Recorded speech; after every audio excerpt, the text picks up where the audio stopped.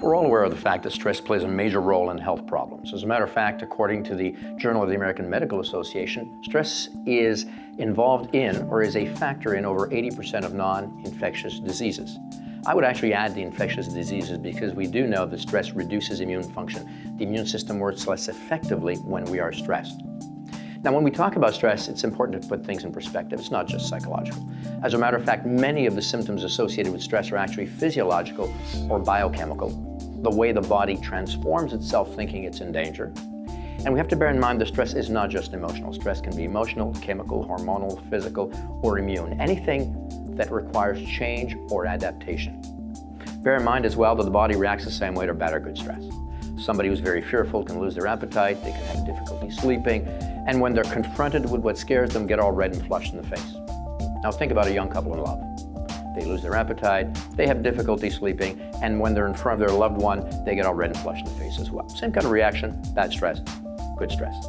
Now you have to bear in mind that when there is a stress, again, whether it's emotional, hormonal, chemical, or immune, the body will prepare itself for one thing and one thing alone, to fight or flee.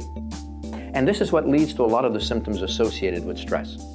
The body will increase any function that helps to ensure survival. It'll increase blood sugar, it will increase blood pressure, which are very helpful if you have to run away or if you have to fight. It will increase heart rate and a variety of other tension, muscle tension, and a variety of other physical reactions that would be helpful if you had to fight or flee. And it will reduce any function that is detrimental to fight or flight. For example, it will reduce the production of serotonin. Now, serotonin is a neurotransmitter that helps us sleep and relax. And let's face it, if you were in a village surrounded by an enemy, sleeping deeply would not be a good thing. You wouldn't hear them if they succeed in breaking through the gates of the village.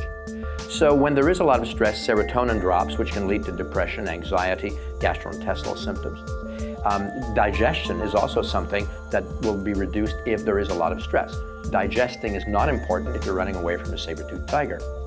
Some people will notice, and a lot of research shows, that hormones can drop, particularly reproductive hormones, during periods of stress.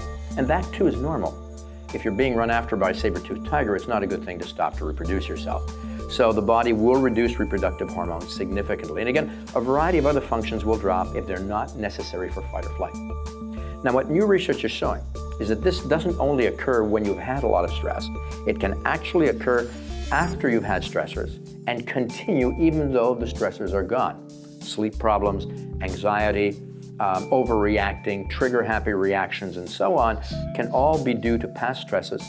The body is now in a state where it thinks it's continually in danger and continually overreacting. There are many, many things you can do to reverse this situation. There are many, many things you can do to reduce the impact of stress on the body.